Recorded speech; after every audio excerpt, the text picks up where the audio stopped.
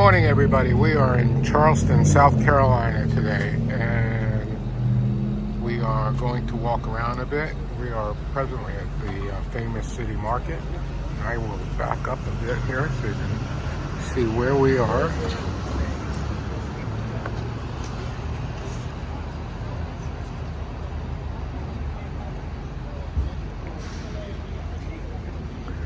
And we are going to walk around, see what we see. We're going to see the colorful houses.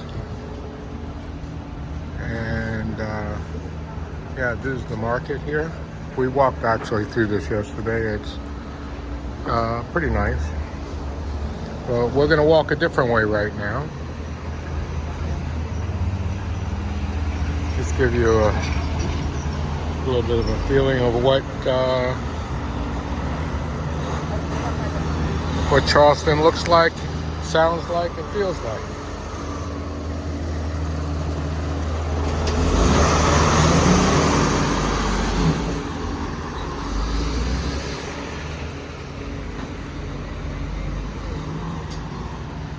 We're walking down East Bay Street and walking towards Rainbow Row,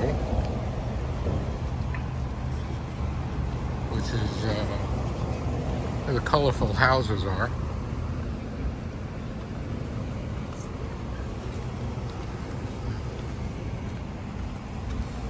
Just give you a sense of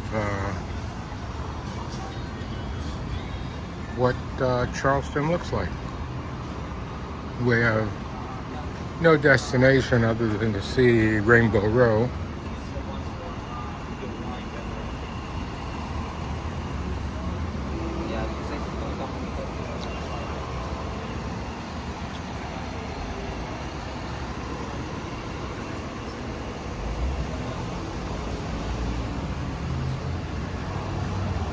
And with that, we'll bring you back if come across something interesting. Okay, so we have come across the slave auction exchange building. And not sure which building it is. We just came across the sign. And there's more on the other side.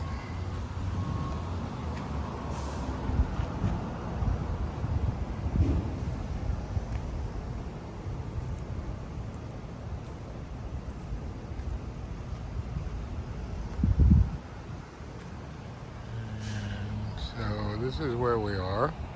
I don't know if it's down there. We'll take a look in a minute.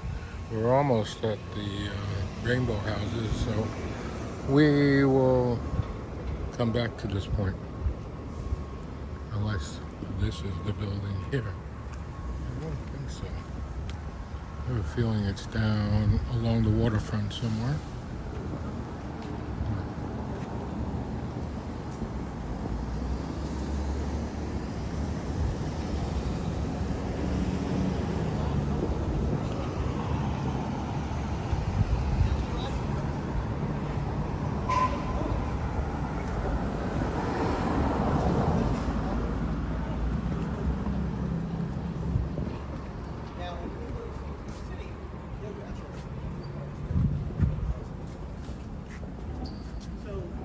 There's a dungeon, but it was not built to be a prison. England was the first people to employ it as such.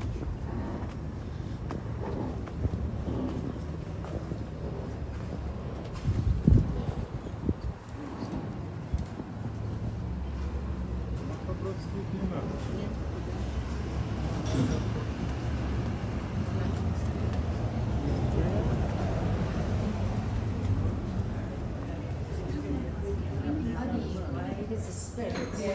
Yeah. What would he get? He would have. Yeah. Of course he's this and a box.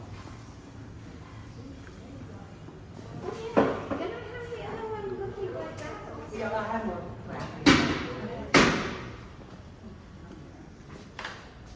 Hello. Shall we take a tour? Sure. Next tour's in 10 minutes.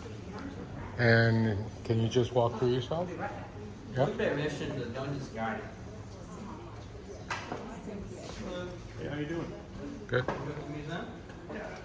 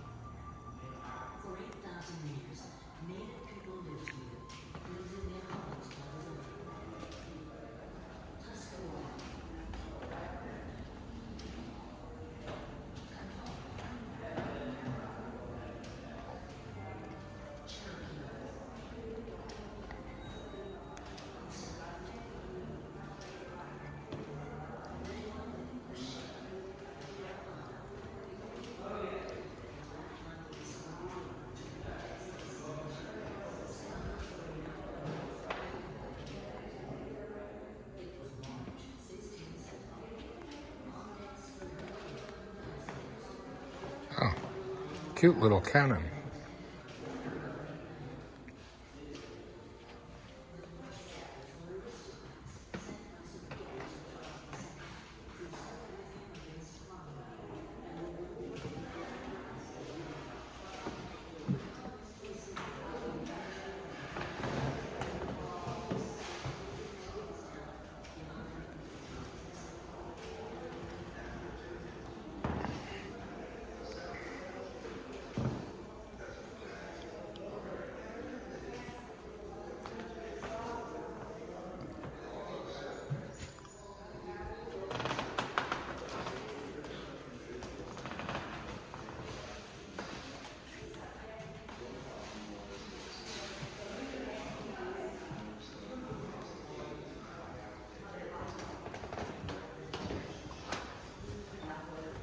But the tour starts downstairs.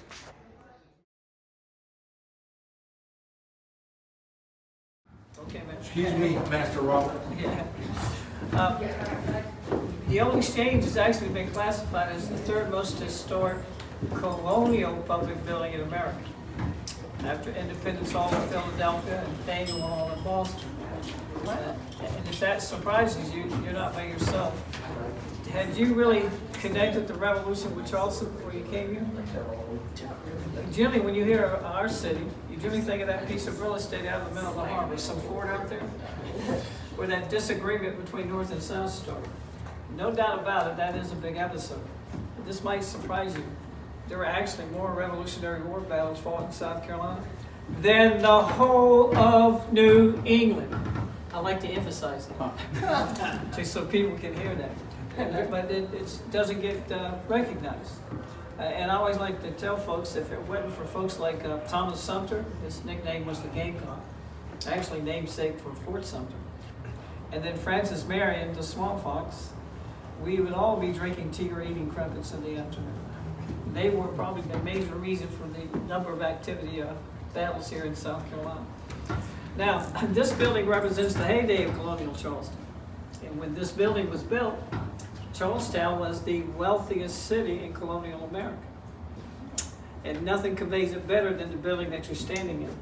And it was meant to impress. This gives you a view of the exchange about 1773, just a few years after it was built. And the main purpose I like to use this for, to show you that initially, this building was waterfront property. This was the front, this was the back, and the river would have been just a few yards outside of what today we know as the back. And you might notice the river's a little further out today, approximately 2.5 blocks. And that's part of the landfill that makes up downtown, the peninsula of Charleston. The estimate is a little over 50% of our downtown city is landfill. And one of the biggest problems, it floods easily. Yeah, I mean, high tides, and I'm surprised there's not water on the streets today. We'll talk about an issue. Downtown.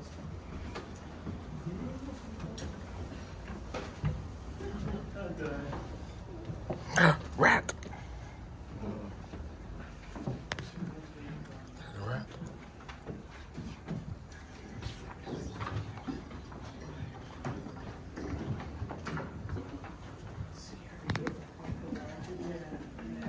Is it a rat? Now, if you look over the railing and the wall that you see down below, and the wall is actually on both sides of the walkway, is part of the same wall. This is actually part of that walled city that I mentioned earlier. From the early 1700s to the mid 1730s, Charlestown was a walled city, enclosed 62 acres. When they were thinking of beginning to build it, they wanted to make the whole walled city of brick. And they did make the waterfront wall of brick, but it took them 10 years to do so. So they needed that protection a little sooner, so they adjusted their outlook, and the land side became mainly an earthen wall with wooden supports. But to enhance the security, two things. The walls were slanted, and they actually put a moat around the city. To enter Charlestown at that time, you actually had to go over a drawbridge located about where Broad and Meeting Street is today. That's the intersection where St. Michael's is located. Now, we're located in an area known as the Half Moon Battery, because it actually projected out from the main brick wall that roughly corresponded to the street in front of this building. And so when the wall got here, they projected it out into the shape of a half moon.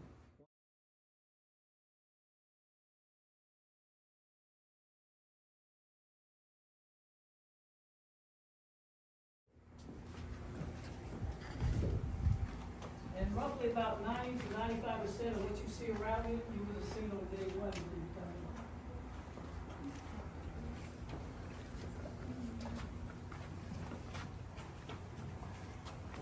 He shouldn't be down here. The fellow that you see there, he represents Customs, but Customs would not have had such a kind of stuff. Why is he like that? He was an animated figure that gave him cheer for a while. And they made him like this so people would pay attention to him. Why isn't he used anymore? Well, mechanical problems. And come on through there, some people that come in. Mechanical problems, but also, he wouldn't answer questions. Might be the quietest I've ever got. Did y'all hear me? Made a big impact, I can see. First decisive victory in the revolution, guess where it was? Is this a hard, huh? Is this a hard question? Right here. Right here, thank you, sir. Yes, sir. I mean, you don't think I'd be talking Boston, do you? Come on. Fort Moultrie. Fort Moultrie is on Sullivan's Island, and that was the fort made of palmetto trees. And that's why we're known as the Palmetto State, because when the cannonballs hit those walls, the palmetto trees are saying, they either bounced off or were absorbed and considered the main reason for the victory. And it was such a victory that in early August of 1776, the British leave. But they come back, and they come back with a vengeance. Late February, March of 1780, they will begin roughly about a 42-day siege, after which they captured the city.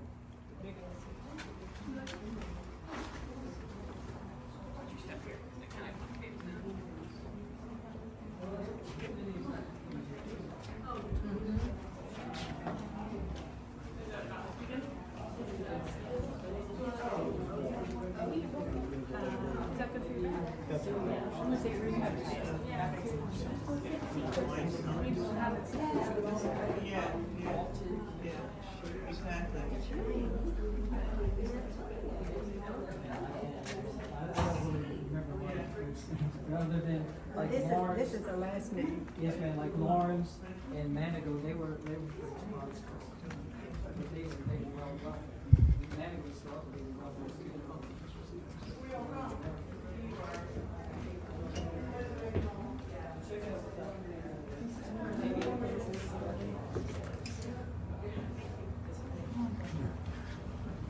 This home is kind of warm up in North Carolina, Tennessee, and they're still recovering, you know.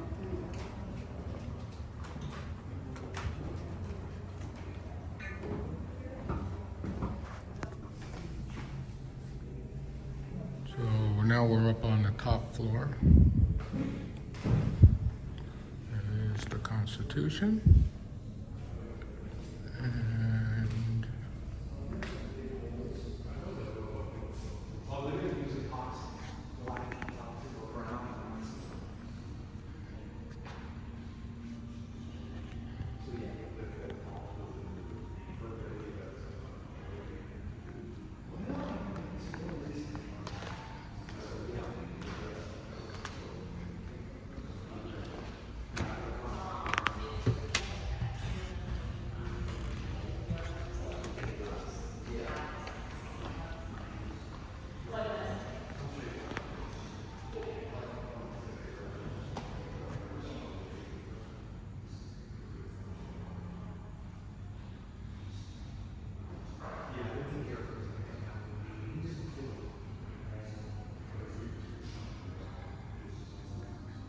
so first, with the horse's head over his arm, and then redone with the horse's ass under his arm.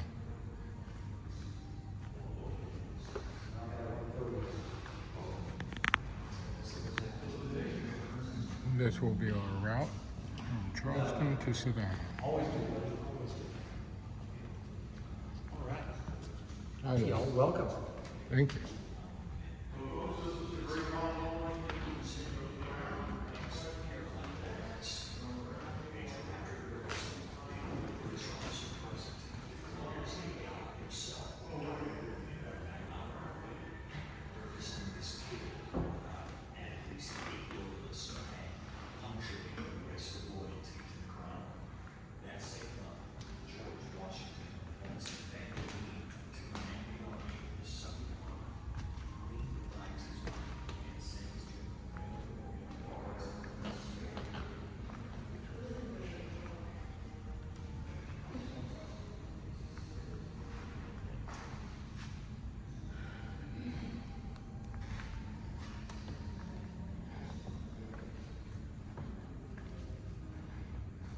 welcome. And of course here on the round table, if you have any questions, I can try to answer. On this table, if you have any questions about the weapons and associated items, I can try to answer them for you.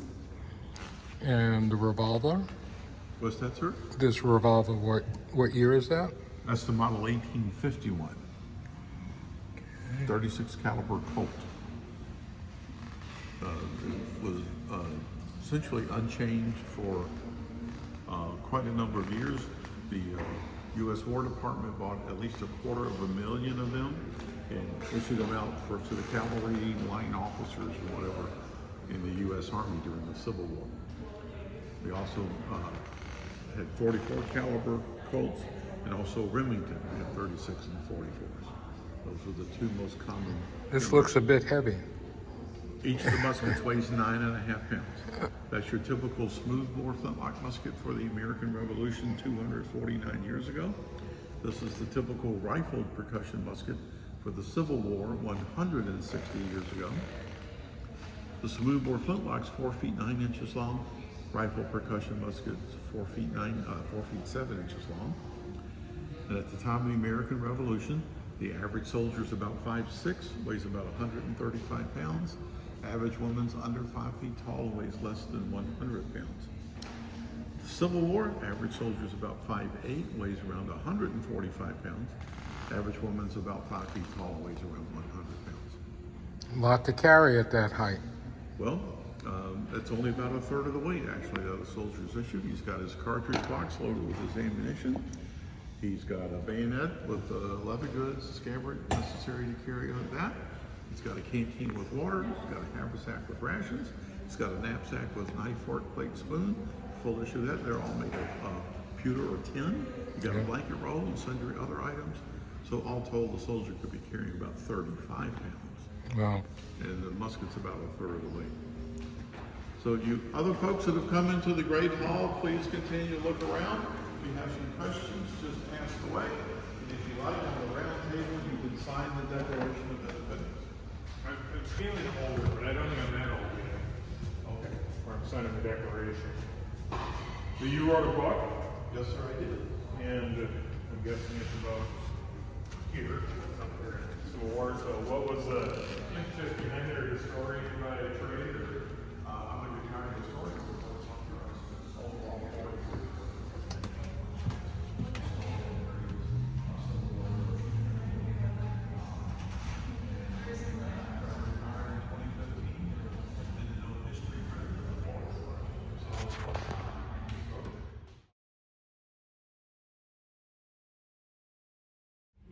And so I just included a picture of a map, and so to go to the Slave Mart, which we're going to do, it's part of our tour, walk up Broad Street, which is what this wide street is, and it was called Broad Street because it was wide. And then it's a block over, and so as you can see on the map, so we'll be heading there. But first, we're going to go to Rainbow Row from here.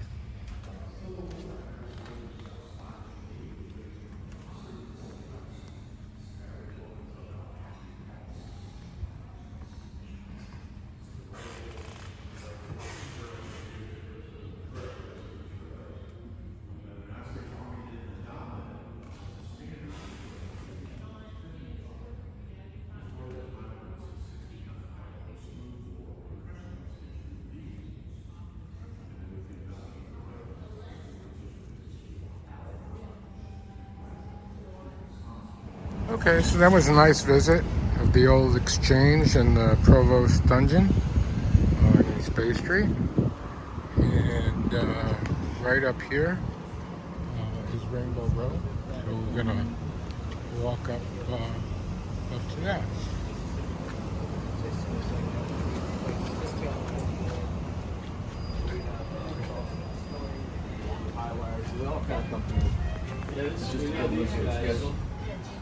Okay, so here we are on East Bay Street, and we've just come up on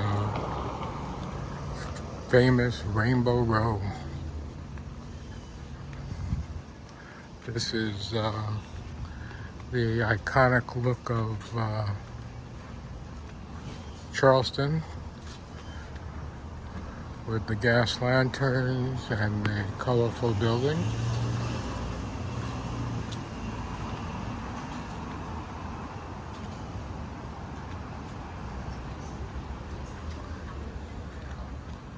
We're gonna walk down to the end of the street.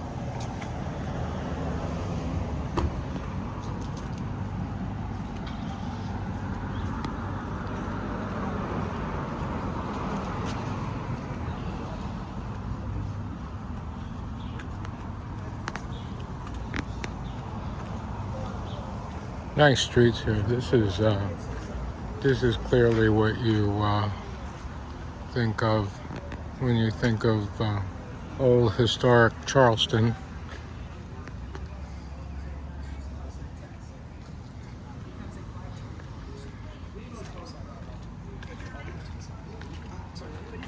His name is Robert Smalls.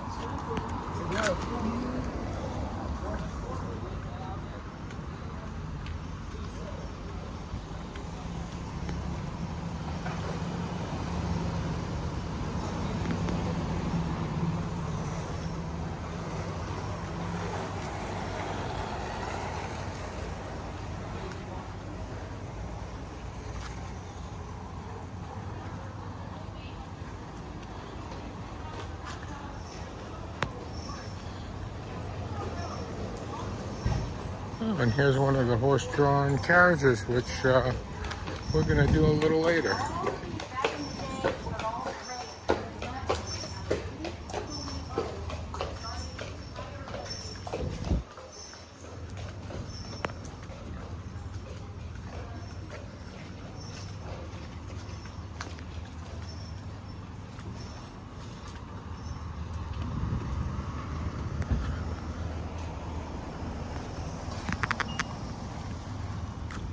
And the water is down there. Maybe we'll take a walk there, finish off this street.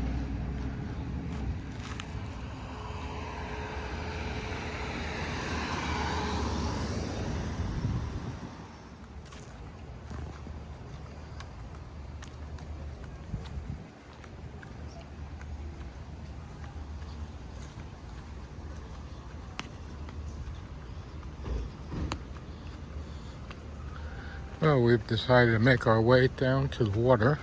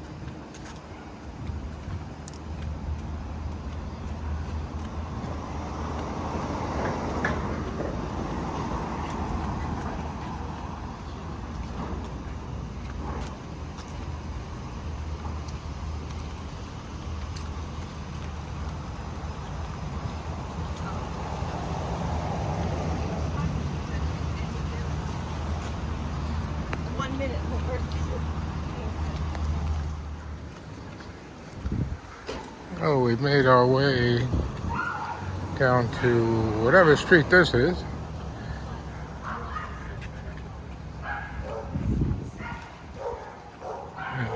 These homes are magnificent.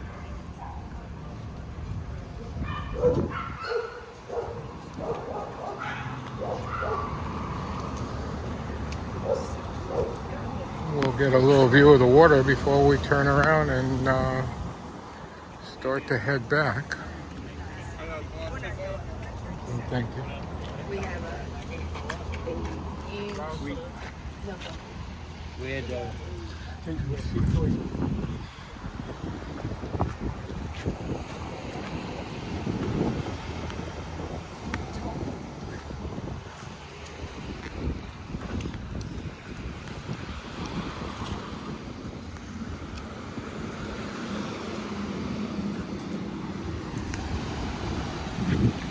But homes that are here on the water there.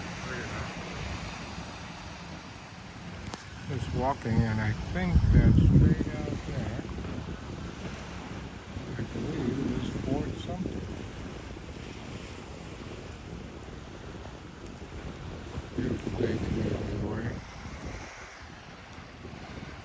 78 degrees right now. Little breeze. Okay, so we are going to head back now towards the slave market and see what that's all about. And then we'll probably have a lunch.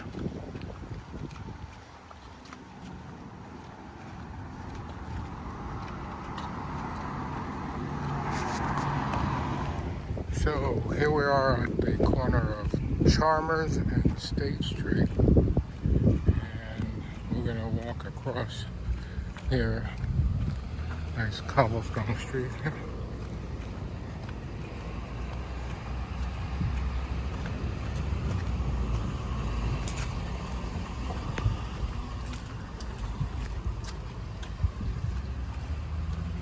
And we are coming up to the old slave market museum.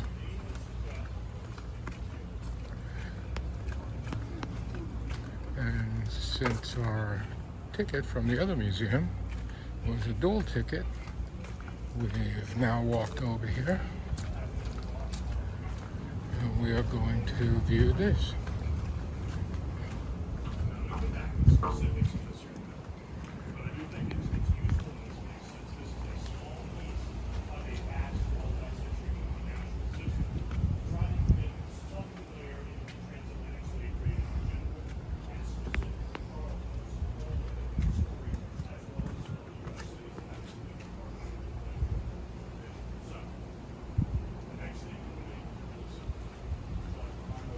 And here's the building.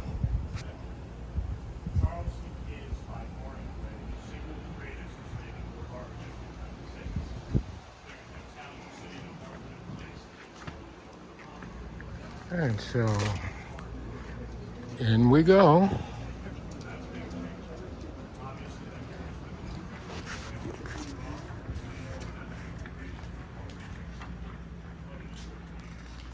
So we are going to head upstairs first.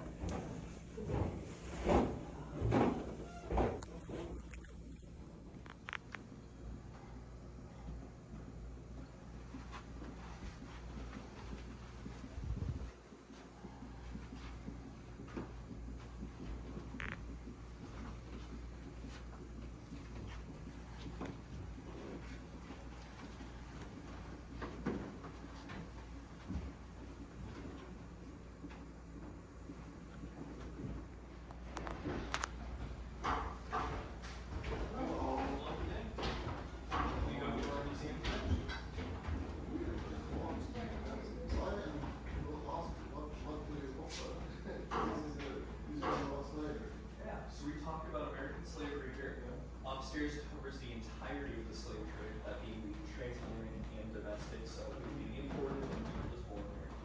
Well, down here is going to be focused a little bit more on South Carolina and the domestic slave. We are at a restaurant called Magnolia's. This is what the restaurant looks like. And I'm having the crab bisque. And we also got a pimento cheese. And yeah, we'll let you know how it is. It looks pretty good.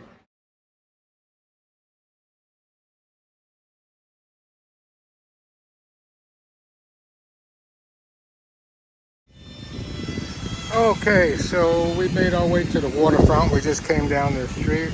Nice fountain here. Notice that for the American public, fountains require a lifeguard. Only in the United States would you have a sign like that. Anyway, this is the Joe Riley Waterfront Park. It is nice, and we actually came to see the pineapple fountain, which is right down there. So we are going to walk along the water here. There's a pier here. And there's another cruise ship in today. And we're going to see what ship that is.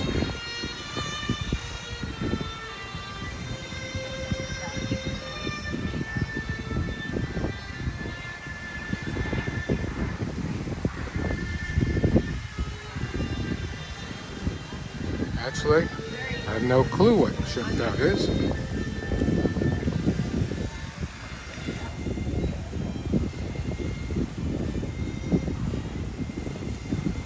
I see no name on the ship. Maybe if we walk a little further forward, we'll be able to see something on the bow. But there's the USS Yorktown right there. And yeah, we're gonna walk around, walk down here and see what we see. We'll bring you back. It's a new hotel being built called the Cooper. We're all the way out here on the water. Looks like a water taxi's coming. That's the Seabourn Quest docked here today. And once again across the water is the USS Yorktown, decommissioned and a place to go sightseeing. And I believe that's Fort Sumter once again in this direction.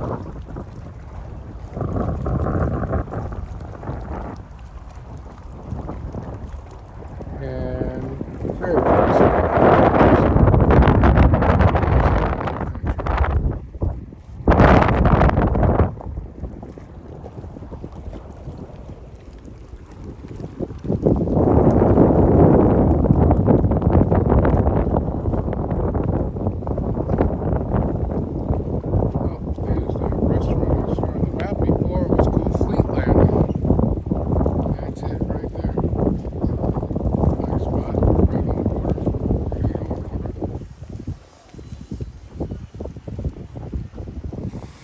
So we've been walking along the waterfront, and here's the pineapple home.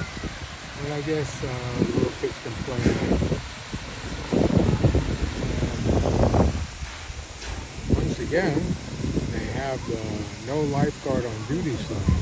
Wade at your own risk. Only in America. Wade at your own risk. And I guess this is some gallery or something. Charleston Gallery maybe or something like that. And the pineapple is directly in front of the gallery. And so, we're taking a breather here on Fort French. And, oh, nice boat going by. Let's see what that was. Four-masted, three-masted? Yeah, three. Three mast. Very nice. Yeah.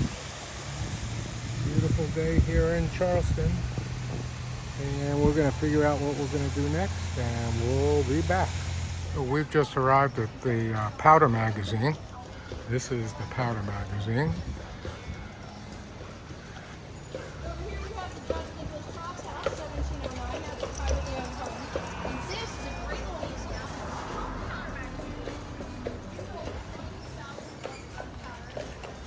So we're going to go in and see what the Powder Magazine looks like.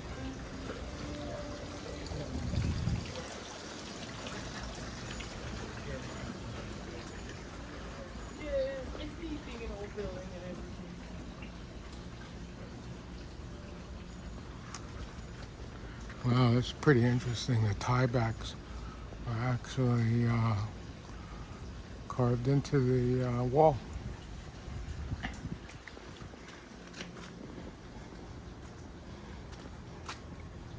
Looks like we have to pay. Well, we're here. They gotta support these buildings somehow. Hello. Whoa, How are you doing? good. Look, there's a map on the floor.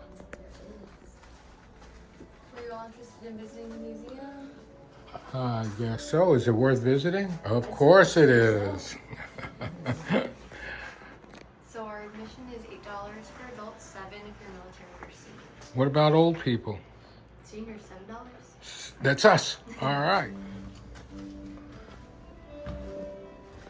So here we are.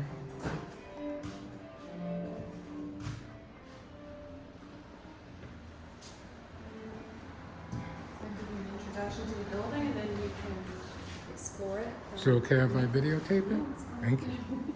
The Powder Magazine is the oldest public building in the Carolinas, built in 1713 to store gunpowder. It was part of Charleston's fortifications. We were a walled city from about 1690 to 1725. Our colony was founded as a privately owned colony, intended to make money for its owners who had no real interest in defending it. But England was at war with the Spanish, who were at St. Augustine, and the French, who were really up and down the whole Mississippi Valley. There were also conflicts with Native Americans, and for about a 5-year period, we had a lot of trouble with the pirates. So the Powder Magazine was built in a fairly uninhabited part of town up against the north wall, and that wall stood where the garage across the street is today. The building held 5 to 7 tons of gunpowder. So you can see how thick the walls are by the doorway. They're about 3 feet thick, solid brick. And then as they rise overhead, they get thinner, and where the arches meet, there's 2 layers of brick. Originally, there were 2 tons of sand, another layer of brick, and then the roof. So we think the sand may have been intended to deflect a projectile coming in or act as some kind of a fire extinguisher. But it began to pull the walls apart pretty early. So it was taken out and these iron rods put in to hold the walls upright. The crosses on the exterior are the turnbuckles for these rods. Yeah. So by 1748, those threats were gone, walls were gone, people wanted to live in the neighborhood and began to petition the government to move the powder elsewhere. So the building was emptied out until 1780. That's when the British began their siege. During a bombardment on the night of May 7th, they lobbed a cannonball to within about 30 feet of this building. The Americans said, "We've got to move the powder to somewhere else." So they took it to the Exchange on East Bay Street, hid it in the Provost dungeon there. As you know, the British never found it. Yeah, we were there before, behind the wall. That's right, that's right. So after the Revolution, the building was never used for gunpowder storage again. It passed to the Manigault family, so it was privately owned. And at different times, they rented it out as a stable. That's when the big door was cut into it. It's been a blacksmith shop. The Manigauts stored wine here during the Civil War. And then by about 1902 or 1900, they were ready to tear the building down. The National Society of Colonial Dames of America in the state of South Carolina purchased it in 1902, and it's been a museum since 1903. Still run by the Colonial Dames. So you can start with our governor, Nathaniel Johnson here. He was one of our early governors who kind of got the movement to get the wall built, and he's pointing you the direction to go chronologically. Oh. Through the there. So if you have any questions, let us know. Thank you. Thank you.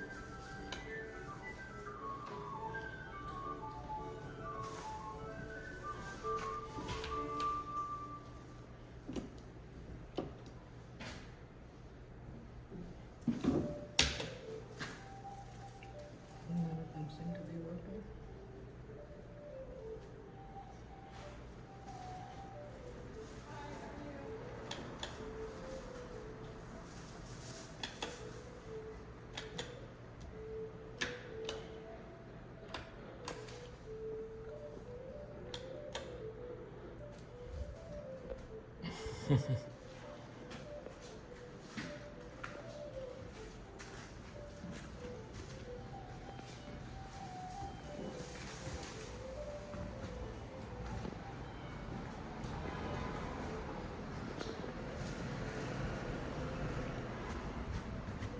don't know if you can see me in the reflection, but it gives you some idea of how big these guns were. Over 4 feet long.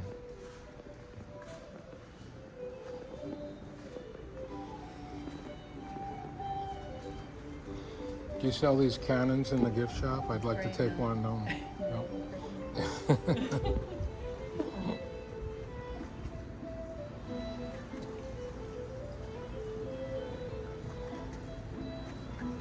Was this an actual working cannon?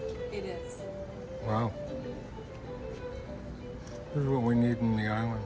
It's a reproduction from the French and Indian War.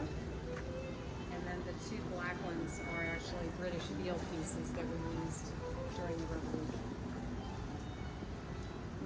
Ooh.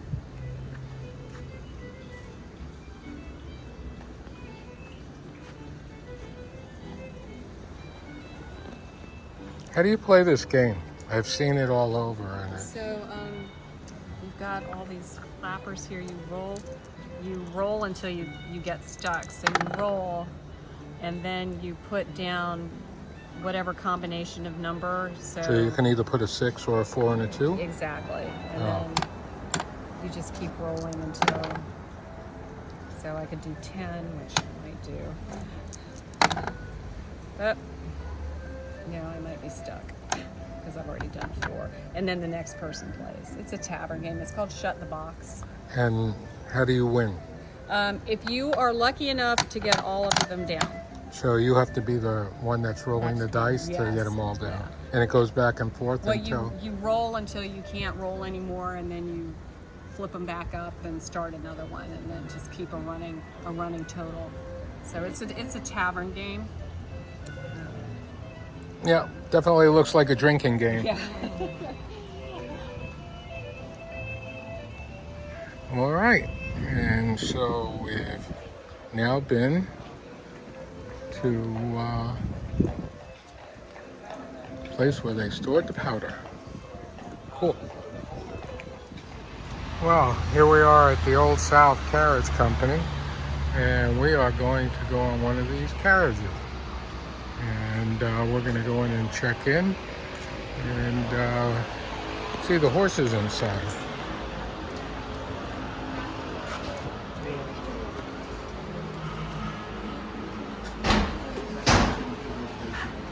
No, you guys are both all set.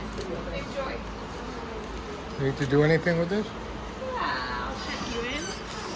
All right. Just with the blue bar at the bottom and the green bar. All right, Mr. Popper, you're all set.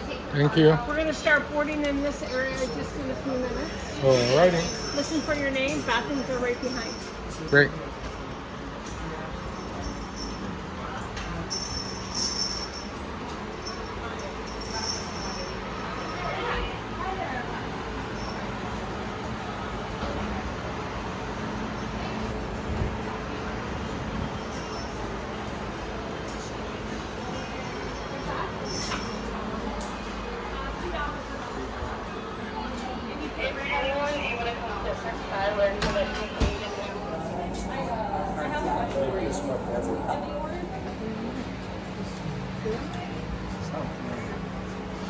We are all loaded up. Did anybody forget some sunglasses? Yes! Everywhere. There you go. Thank you. This is our show today. This is Ace right here. Everybody say hi to Ace. Hi, Ace. So Ace is going to take us around and show us the sights of downtown Charleston for the next 60 minutes. We're all good, Charlotte. Just before we depart, we're a little bit close on the right-hand side. Make sure to keep your arms and your legs inside just as we get out on the street. Once we do get out there, this running board on the side, that's up for grabs if y'all need to spread out a little bit more. Grace, you ready? Let's go, brother. Looks like that we're on. Let's say bye to Lori. Bye, Lori. Bye, Lori.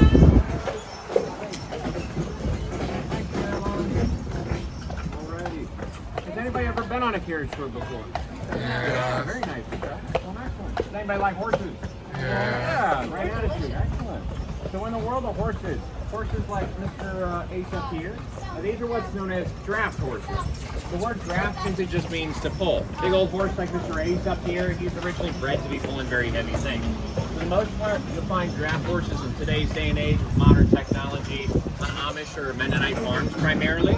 Communities that don't use motorized vehicles or tractors or anything along those lines, they use horses for the true agriculture work they have to do. Pulling around things like plows and all kinds of equipment.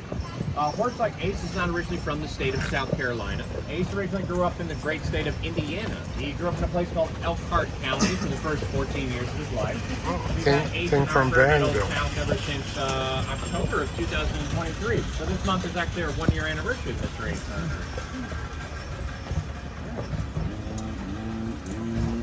So in the world of draft horses, a horse like Ace or a horse like Buddy right there, these are what's known as Belgian draft horses with the brown color of their coat and the blonde in their mane. If you see a horse that's totally white, like the one we just saw on the right-hand side, or totally black, those are what's known as French drafts or French Percherons. And then if you see horses like the one coming up in front of us on the right, with the large patches of color to its coat, with the white, the black, and the brown, that horse has a polo carriage up there is what's known as an American That's the Patriot. French market. It's very similar to, let's say, Clydesdales or the Budweiser horses, but the biggest difference is that Clydesdale would be a Scottish draft horse with very long, beautiful hair, whereas Belgians and American painted drafts have much shorter hair, which is better for working down here in the climate in the south. We're going to stop off and check in with the city momentarily and find out where we're going by playing bingo on a 1980s bingo machine. The bingo machine will pop up with one of 5 different colored bingo balls for us, and each different color is going to represent a different area or different zone throughout the city we could be seeing today at range. Hey, Miss Tiffany. Hey, Chuck. Doing really well, thanks. This is Emerson driving Ace today for Old South with carriage number 427. And I have 16 today. I got a full carriage. Let's hook deep into the other folks. Very nice. Let's see what we're going to get here. So there's 5 different colored bingo balls we could receive, and that kind of cuts up the peninsula into 5 different zones. But each one will get an A or a B with it. So an A or a B is a way to get into the zone and a way to get back correctly and safe and sound. There's technically about 10 different ways to see downtown Charleston. Oh, thanks, Doug. Appreciate you. So we just got a yellow ball right there, which is going to be a Zone 1. We're going to go see a Zone 1A today, which means that if anybody has a hat, physically hold on your hats. It might get a little bit breezy as we make our way down to the waterfront. We'll see a little bit of White Point Gardens, Oyster Point. We'll see some Rainbow Row on the way down there. It's clear in the harbor today. We'll see Fort Sumter off in the distance, too. Y'all ready to have a good time? Yes, sir. We're ready to have a good time. Very nice. We're going to check out this sign real quick. It says Church Street closed between Queen and Cumberland. Return Meeting Street. Okay, no worries. Okay, we're going to go through the 4 corners of Law 2. My gosh, a little bonus for it. Very, very nice, Ace. Let's do it. Let's get out of here. So they'll update this board with any kind of structuring kind of work that's going on throughout the city. They want to make sure that horses can't get scared by anything like a train or any kind of loud equipment that's operating and doing some kind of job. So they want to make sure that we're going all offensive around it. We're not going to be doing anything like that. All right.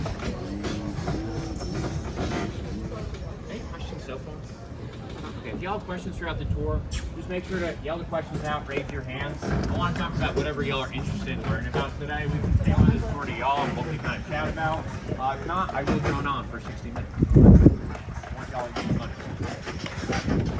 So, this street right here is known as Church Street. Anybody want to take a guess as to why they call this Church Street? There's a church on it. There's a church on it, right? So this is no ordinary church. This is going to be the oldest congregation in the city. It dates all the way back to 1681. That church up there is what's known as St. Philip's. And St. Philip's is the original Church of England, or the original Anglican church here in the city of Charleston. And Charleston was originally founded as Charlestown, a colony for the English, established all the way back in 1670. It's the land of King Charles II all the way back to that time. Big reason you'll see so many churches throughout the tour today as well is because the English called Charleston the Holy City. They offered religious freedom or religious tolerance to anyone that was fleeing persecution of their faith back in England or back in Europe. They said, come on over here to the Holy City, practice whatever faith you want. You can have a church if you like. And that's why you find so many congregations active here in the city today. In 2024, we have over 180 active congregations just here on the peninsula. That's not even the Sea Islands around us. Census that was taken, there's only about 150,000 full-time residents on the peninsula. So it's an incredible concentration of congregation. But if you take a look at this beautiful church steeple right here, you're going to notice that it's doing some construction work today, but as soon as we start to take this left-hand turn, keep your eyes on the steeple. It's going to start to lean to the left-hand side about 4 or 5 degrees. 3, 2, 1. Oh, yeah, you'll notice it looks like the leaning Tower of Pisa from that angle right there, right? So that's not because the congregation leans 4 or 5 degrees. So building this city during a period known as Reconstruction. And at the end of Reconstruction, Charleston's looking great, and then the earthquake hits. And the locals, they just don't have the money to do it all over again, so what do? They put this Band-Aid on a broken leg you see all throughout the city, these discs or these placards on the outside of property. But everybody knows that if half a turn is good, well, more is just always better, right? So they over-tighten the heck out of these bolts, and what they got is kind of like the one on the corner of this property right here. You see it's really sinking into the side of the building, which is really not good, because now you can never take it out. There's no great way of telling whether the structural integrity of the architecture like that has been compromised or not. So now there's about a 50-50 chance that property will just cave in on itself straight away. You can try to take them out, loosen them up, which is really not a good idea on an active fault line when we're about 40 years overdue for a big one, quite honestly. So everybody sleep tight tonight.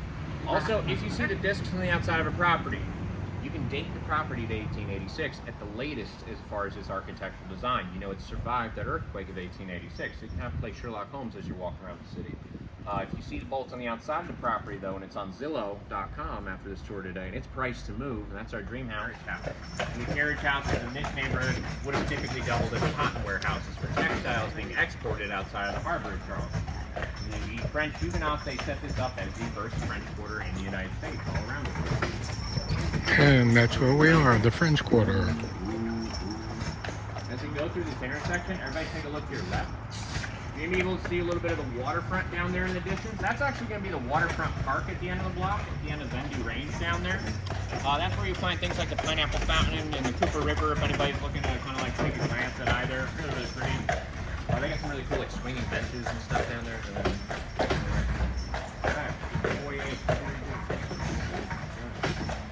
You notice that some of these houses too, they got these beautiful gas lanterns on the outside of them, like this brick property coming up right here. These gas lanterns will be on 24 hours a day, 365 days a year. And you have to keep them on. No ifs, ands, or buts about it. There's no switch to turn them on. They come from a separate gas line that comes directly from the street, and all the gas that flows in each and every lantern throughout the city is paid for in perpetuity for the rest of the life of these homes by the city of Charleston. They pay about 25 to 30 cents per day to keep these gas lanterns on day or night because they think they're good for the historic ambiance here in the district. All because they look pretty.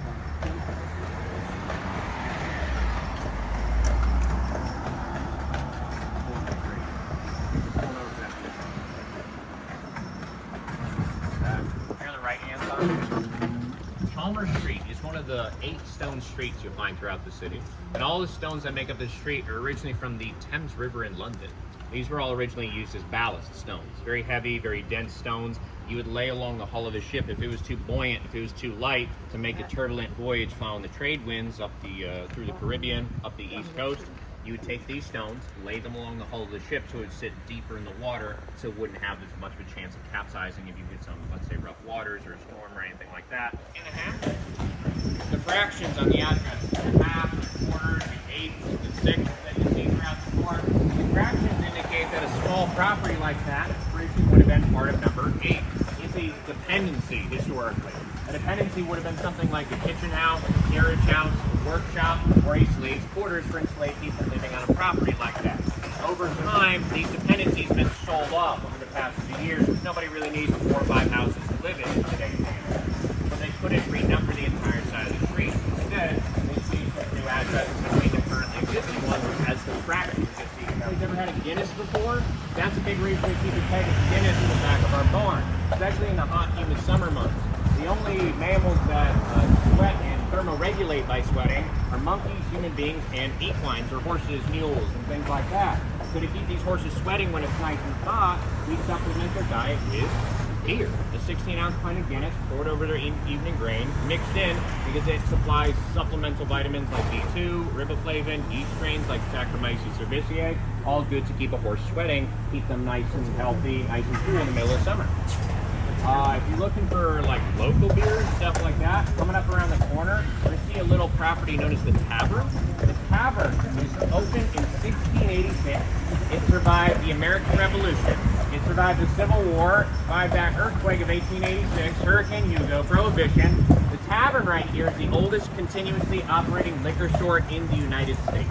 They have a really good selection of wine, of spirits, but what I think they do best is their beer in the back room right here. They also have a growler filling station. If anybody brought their growler with them on vacation, go back home with an empty growler. That's not a good vacation, right? They have all kinds of like local breweries represented here. Also microbreweries around Charleston too. They have to do like almost every size. My favorite brewery in particular, they're called Uncle. They do all kinds of like craft ales and things like this. If anybody likes Chardonnay, Blue, and things along those lines, really good. In and out of harbor each and every day, twice a day. But with the glaciers steadily melting and the sea levels rising because of it, the city sinking all around us, a lot of it's filled in on marshland over time. It's really not a good equation. By the end of this year, it's anticipated we'll experience over 80 flood days at the end of 2024. By the end of 2024.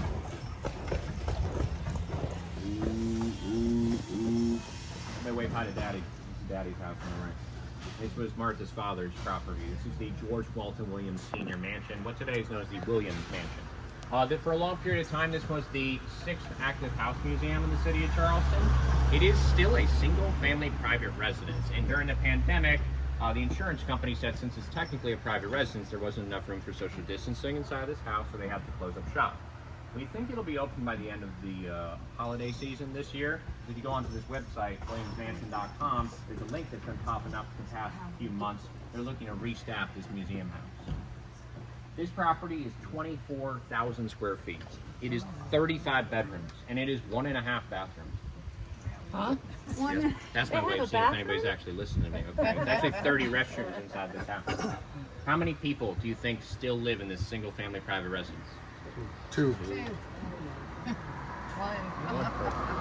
one anonymous owner that owns the Williams Mansion here. He doesn't need all the room for himself, but he does need it for the antiquities that are inside this property. What is the Williams Mansion today in 2024? I got a question about the house a little bit earlier on a tour when we were taking a Zone 2 and going the other way by it. Someone asked if that was ever known as the Calhoun Mansion. Yes, it was known as the Calhoun Mansion for a period of time, but it wasn't named for John C. Calhoun, the two-time Vice President of the United States, most recently under Andrew Jackson's administration. It was named for a grandson of John C. Calhoun. John Calhoun died in 1850. The house itself, Italianate-style architecture, built in 1878. Take a look through the chocolate and the strawberry colored houses on our left-hand side right here. You notice the smokestack of the kitchen house that's hidden away up there.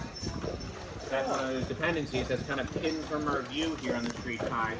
The dependencies like the kitchen house, the carriage house, the workshop, the slaves' quarters, some slave people living on that property weren't exactly glamorous things. They were hidden away behind these main houses. But even if you look through the trees, you can see there's more structures back there behind a big old house, like number 30 on the right-hand side right here.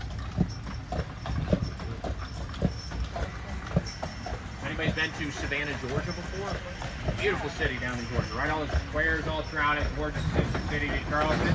The city of Savannah was planned out behind the walls of this very house on our left-hand side right here. This is what's known as the Lieutenant Governor William Bull House.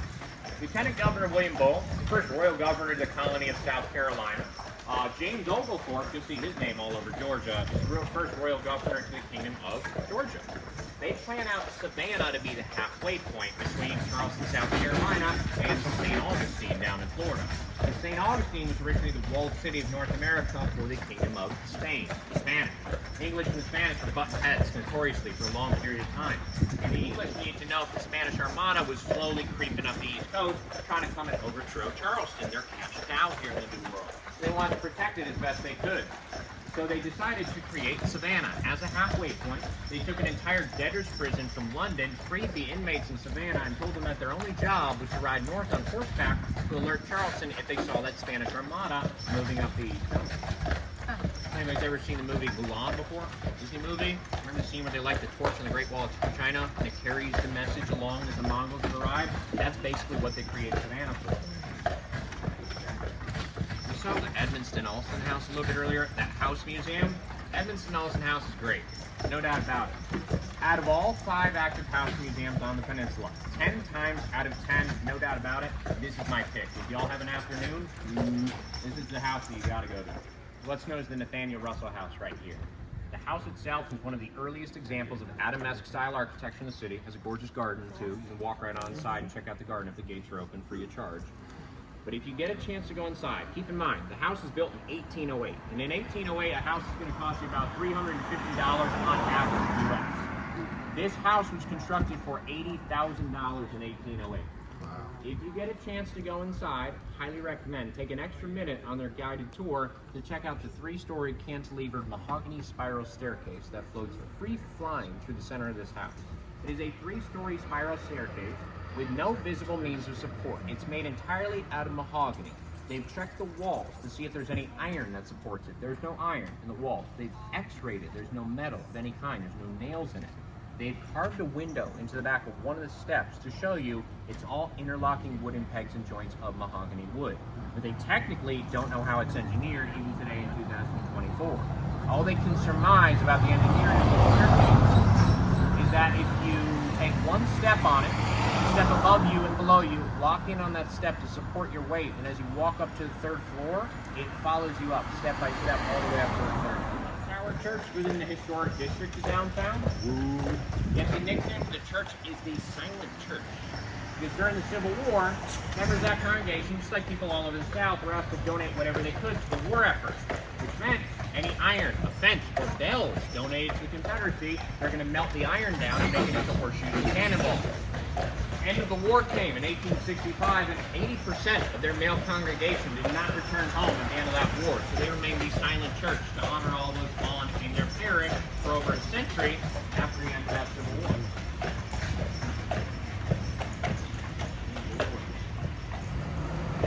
That South Tower, unfortunately, was too damaged by that earthquake in 1886, and the North Tower, one that we just saw, is still structurally stable. The lady was a member of the congregation that donated. Okay, so we have just returned, and that's Ace, and we had just finished our tour. I did not film the entire tour, so some of it we walked past earlier, but to give you some of the highlights. It was very nice, very informative, much more to see, especially in some of the museum residences, but you can only do so much in a day's time, and it's now about 4:30, and so we're gonna figure out what we're gonna do now, and we'll get back to you. Hasta la bye-bye for now.